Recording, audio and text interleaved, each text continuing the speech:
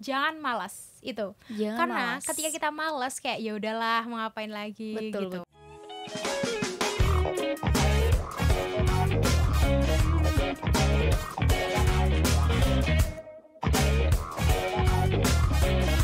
Halo Amarta Muda, selamat datang di Orkestra Organik Podcast Teman Bicara. Dengan saya Maheswari Dian Argani dari Departemen Sosial Ekonomi Pertanian tahun angkatan 2021 yang akan menjadi host pada podcast kali ini dan membawa topik mengenai kenali potensi diri, raih prestasi. Nah, pada kesempatan kali ini saya sudah bersama narasumber kita yang sangat luar biasa di pagi hari ini.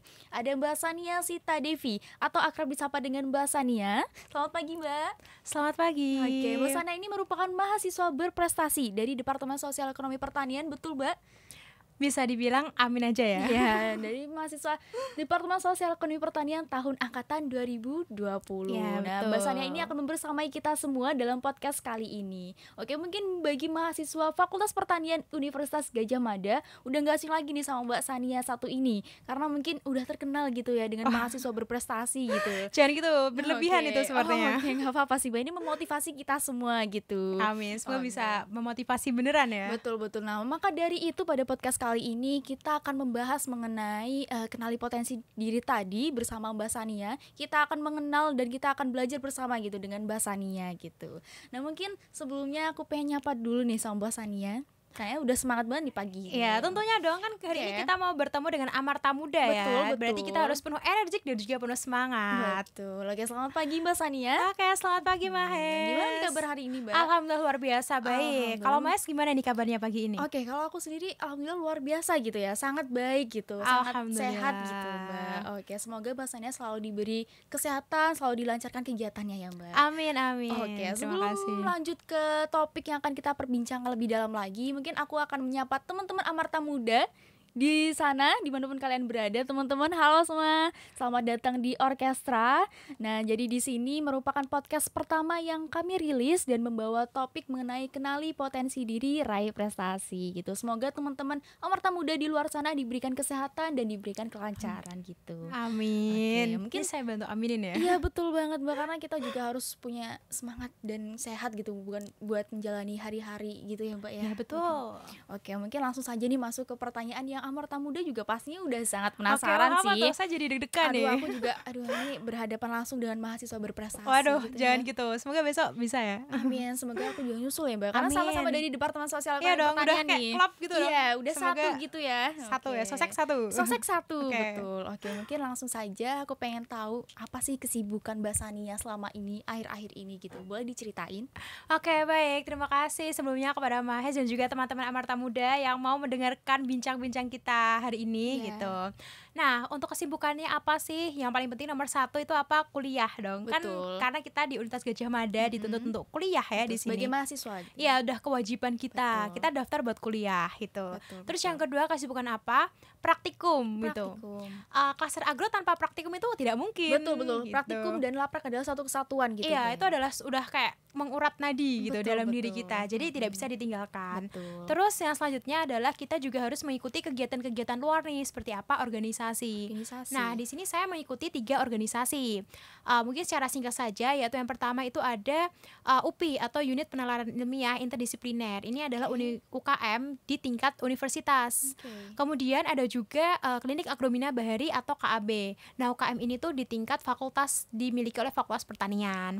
Terus yang ketiga ini tuh bisa dikatakan seperti organisasi atau bisa dikatakan seperti komunitas, yaitu PKM Center UGM. PKM Center. Iya, jadi PKM Center ini adalah suatu kepanitiaan yang isinya itu adalah orang-orang yang mengurus tentang PKM di Universitas Gadjah Mada. Kalau kepo PKM apa, ya bisa cari tahu ya gitu. Mungkin bisa langsung nanya ke Mbak Sania juga nggak apa-apa nih. Boleh, nanti boleh tanya langsung. Biasa. Lalu selain organisasi, ada nggak sih Mbak kompetisi atau kejuaraan yang Mbak ikuti gitu? Kalau kompetisi tentunya ada gitu. Luar biasa nih. Iya, karena apa ya, sayang sekali gitu kalau misalkan kita nih sebagai mahasiswa udah memiliki banyak ilmu tapi kita tidak men-challenge diri kita sendiri. Nah, makanya di sini saya juga mengikuti beberapa kompetisi gitu. Nah, kalau kompetisinya itu apa? Kompetisinya tuh saya tuh karena bidang saya ini di bidang menulis dan juga berbicara, maka saya mengikutinya beberapa kompetisi di bidang tersebut gitu, seperti karya tulis ilmiah, esai, speech dan lain sebagainya. Oke, luar biasa, sangat menjawab gitu ya. Nah, mungkin dari berbagai pengalaman kejuaraan atau kompetisi yang Mbak ikuti, berbagai organisasi gitu, aku pengen tahu nih, sejak kapan sih Mbak itu mulai aktif ikut kayak gitu, ikut organisasi, ikut kompetisi, ikut kejuaraan, dan gimana Mbak awalnya gitu? Oke, nah kalau sejak kapan ikut organisasi, kompetisi dan sebagainya, mungkin itu sejak SD gitu ya. Sejak SD, ya, luar karena, biasa ya. Iya, karena SD tuh kita udah ada organisasi yaitu pramuka gitu. Betul. Nah dari situ udah sering ikut lomba-lomba dan juga ikut kompetisi, organisasi gitu. Nah gara-gara iseng coba ketika SD tadi jadi berlanjut gitu di SMP, SMA, dan sampai sekarang di kuliah. Bahkan sejak tahun 2020 sejak pertama kali masuk, yang pertama dicari adalah mau ikut organisasi apa sih, mau ikut kompetisi apa sih. Nah itu yang jadi pertanyaan saya gitu. Gitu. Mulai kapan sih Mbak? Tadi kan udah disebutin kan dari SD gitu sampai kuliah gitu kan. Nah mungkin aku pengen tahu nih manfaat ikut kegiatan kayak gitu. Mungkin gak cuma organisasi sih, tapi kompetisi gitu. Apa yang Mbak dapat dan apa yang orang lain dapat gitu. Mungkin impactnya buat orang lain kan ada gitu ya Mbak. Ya pastinya dong, pastinya banyak sekali manfaatnya gitu. Kalau misalkan disuruh menjabarkan manfaatnya secara spesifik, mungkin saya juga kesulitan gitu. Tapi mungkin saya akan memberikan pandangan gitu, manfaat dari mengikuti organisasi dan juga kompetisi gitu. Yang pertama, mengikuti organisasi dan kompetisi, kita akan belajar mengenai problem solving gitu. Menyelesaikan masalah. Betul gitu. Karena di setiap organisasi pasti itu ada yang namanya struggle, ada yang namanya itu permasalahan gitu. Nah, makanya kita tuh dituntut untuk belajar menyelesaikan hal itu. Terus selain itu kita juga mendapatkan pengalaman gitu. Nah, pengalaman ini yang paling penting karena apa? Pengalaman itu adalah guru dari semuanya gitu. Pengalaman adalah guru yang paling berharga gitu. Pengalamannya tuh banyak. Terus yang selain itu saya juga bisa menambah relasi gitu. Itu yang organisasi. Nah kalau yang kompetisi, manfaat utama yang paling saya rasakan adalah saya bisa men-challenge diri saya sendiri. Nah karena kompetisi ini saya tuh bisa semakin berprogres, saya bisa semakin mencari jati diri saya tuh di mana, dan saya juga semakin tertantang gitu untuk memiliki setiap achievement atau penghargaan di setiap masanya gitu. Luar biasa sih, keren banget. Aku juga salut nih sama Mbak Sani atas cerita semua. Terima kasih. Menginspirasi. Dari aku sendiri juga udah langsung menginspirasi gitu. Apalagi teman-teman Amarta Muda di sana yang udah dengerin langsung gitu ya podcast orkestra kali ini. Nah gitu. Oke, mungkin aku juga pengen tahu nih Mbak, gimana sih mekanisme atau persiapan gitu lah bisa dikatakan gitu. Persiapan Mbak ikut berbagai kompetisi, kejuaraan ataupun organisasi gitu. Oke, baik. Kalau persiapannya ya berarti kayak pertanyaan apa sih yang saya persiapkan gitu. Betul. Oke. Nah yang saya persiapkan itu yang pertama apa? Niat gitu. Karena kita nggak bisa dong kalau mau melakukan sesuatu tanpa niat. Betul gitu. Sih. Ibadah pun kita yang pertama niat dulu kan. Ya. Nah kalau sudah niat, action itu yang paling penting. Action gitu ya. Betul. Karena kadang kan kita niat hari ini niat mau ikut kompetisi ini, tapi yaudah jadi sebatas niat aja, nggak bisa kayak gitu. Nggak ada actionnya gitu. Iya, harus ada actionnya dong tentunya. Nah, dari action itu terbagi lagi nih menjadi tahap-tahap. Yaitu yang pertama adalah tahap prepare. Di tahap prepare atau persiapan ini yang saya siapkan itu apa? Pertama yang paling wajib adalah mencari informasi. Gitu. Baik ketika kita ingin mendaftar organisasi ataupun mendaftarkan kompetisi, itu kita harus mencari tahu informasi itu gitu. Terus selanjutnya kita harus mencari tahu sebenarnya diri kita tuh di mana sih gitu. Jati diri lah ya. Iya, betul. Lebih tepatnya kita harus bisa mencari tahu potensi diri kita tuh di mana gitu. Kalau bisa dibalik, itu yang paling penting pertama adalah menggali potensi diri kita. Kayak kita coba deh kita meditasi dengan diri kita, terus kita cari tahu kita tuh pro-nya di mana sih gitu, bakatnya di mana sih gitu. Kalau udah kita habis itu nyari informasi gitu. Nah berkaitan dengan informasi kompetisi, biasanya saya cari di mana? Saya tuh biasanya cari di akun Instagram gitu. Jadi buat Amarta Muda di sini ya, jadi ada banyak sekali akun-akun Instagram yang dia tuh ngeposting mengenai informasi-informasi lomba gitu. Jadi bisa cari lewat sana. Terus selain itu saya juga bisa bertanya gitu kepada kakak tingkat, kepada teman-teman gitu. Relasi. Iya, relasi itu sangat penting gitu. Jadi perlu teman-teman ketahui di sini bahwasanya di Fakultas Pertanian tuh banyak sekali mahasiswa yang berprestasi prestasi gitu. Jadi kita bisalah jangan insecure duluan deh, kayak mending kita cari tahu Kak kok bisa sih kayak gini. Nah, betul. Sih tipsnya. Kebanyakan sih insecure dulu gitu ya. Iya, Jadi takut buat nanya, takut buat sharing gitu. Padahal kita juga perlu gitu kan. Banyak relasi, banyak informasi yang kita dapat gitu kan, Mbak. Iya, betul. Oke. Dari tadi tuh aku denger banyak banget nih kompetisi dan kejuaraan atau organisasi yang Mbak ikuti. Nah, gimana sih cara manage waktu dari diri Mbak sendiri gitu? Oke. Nah, cara manajemen waktu. Oh ya, di sini saya juga mau jelasin ya sebenarnya bahwasannya kadang kita tuh menakuti diri kita sendiri dengan kata sibuk gitu. Padahal kalau kita tafsirkan sibuk itu nggak ada gitu. Sibuk itu adalah sibuk itu dapat muncul ketika kita tidak bisa memanajemen waktu dengan baik gitu. Jadi teman-teman buat di sini jangan takut buat sibuk gitu. Nah, buat teman-teman di sini intinya tuh kayak apa ya? Coba dulu aja deh gitu. Terus kalau udah terlanjur nih keterima di beberapa organisasi, keterima di beberapa kompetisi gitu, yang harus dilakukan adalah memanajemen waktu. Caranya bagaimana? Caranya yaitu kalau saya ini membuat skala prioritas.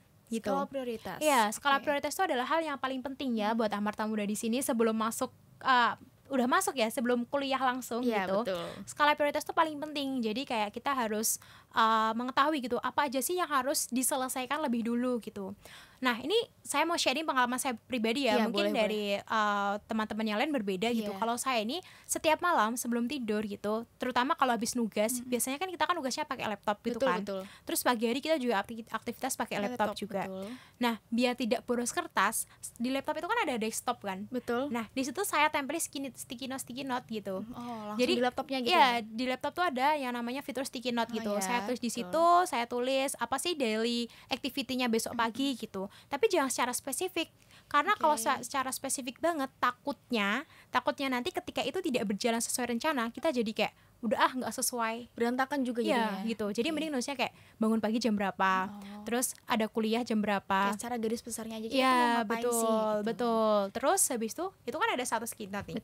Nah, di sticky note yang lain saya tuh menuliskan kira-kira deadline dalam waktu dekat ini apa aja sih gitu. Saya tulisnya urut berdasarkan tanggal gitu. Misalkan praktikum ini deadline-nya tanggal ini, terus ada apa. Nah, terus kita kan juga ada organisasi kan. Terus gimana sih? Padahal organisasi kan ada rapat, ada ini. Nah, tipsnya adalah saya juga membuat kolom itu sendiri.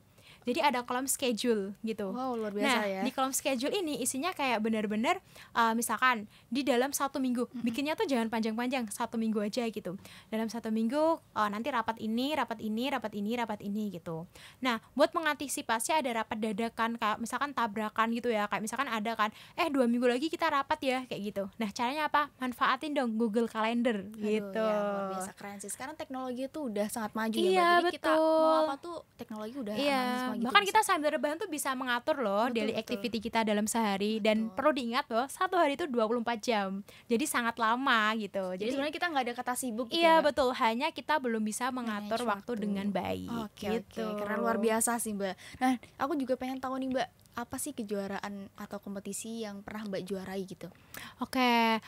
Sebenarnya buat kuliah ini tuh belum sebanyak itu sih. Iya, karena kita juga masih belajar gitu. Betul, karena di kuliah ini saya juga malah menemukan hal-hal yang lain gitu. Karena di sini kan saya juga malah jadi senang berwirausaha. Saya juga jadi senang untuk berorganisasi gitu-gitu kan.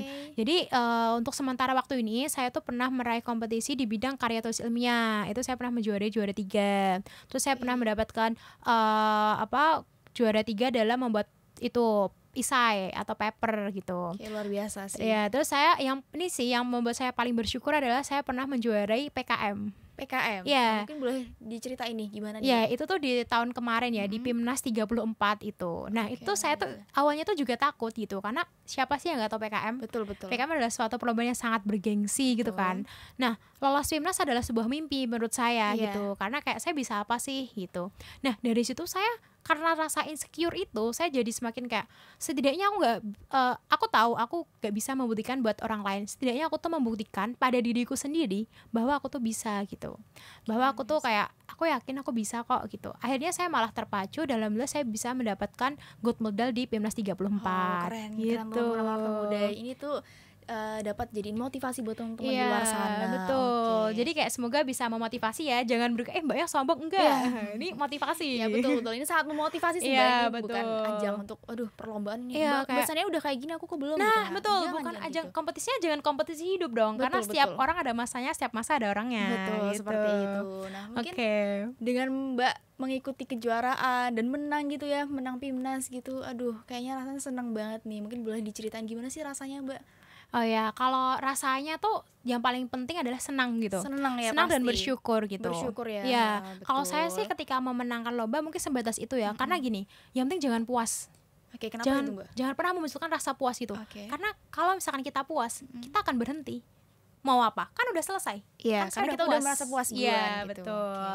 Jadi buat teman-teman di sini intinya coba terus gitu. Kalau misalkan hari ini udah menang, ya coba deh meningkatkan. Misalkan hari ini menangnya tingkat nasional gitu, coba deh besok lomba tingkat internasional kayak gitu.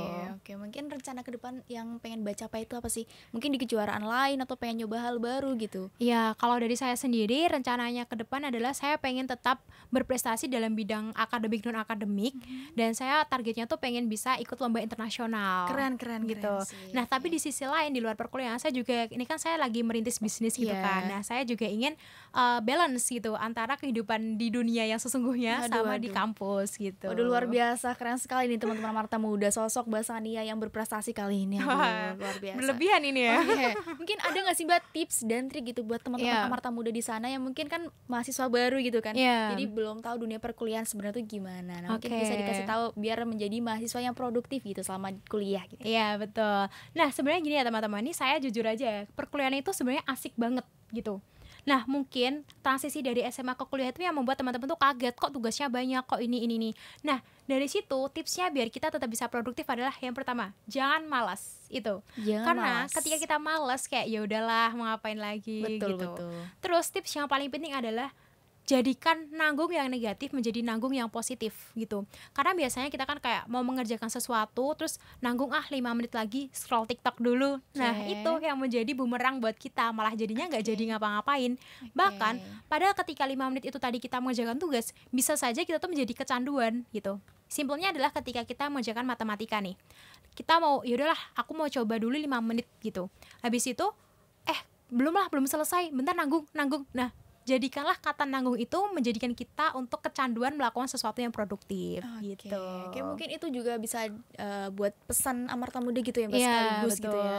Oke, selain tips and trick itu juga merupakan pesan gitu. Jadi Amarta Muda harus bisa harus bisa memikirkan lagi, oh ternyata kita harus gini Iya, gitu. Betul. Oke, ada lagi yang mau ditambahin Mbak dari Sudah pesannya? sih, mungkin itu. Mungkin kayak pesan boleh ya kayak Boleh silakan. Pesannya buat Amarta Muda di sini yang baru ingin mencoba masuk ke dunia perkuliahan gitu ya, mau terjun, pesannya adalah yang pertama itu jangan takut mencoba gitu.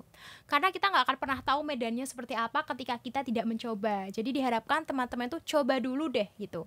Kalau gagal ya sudah, coba lagi sampai jatah kegagalan kalian tuh habis gitu.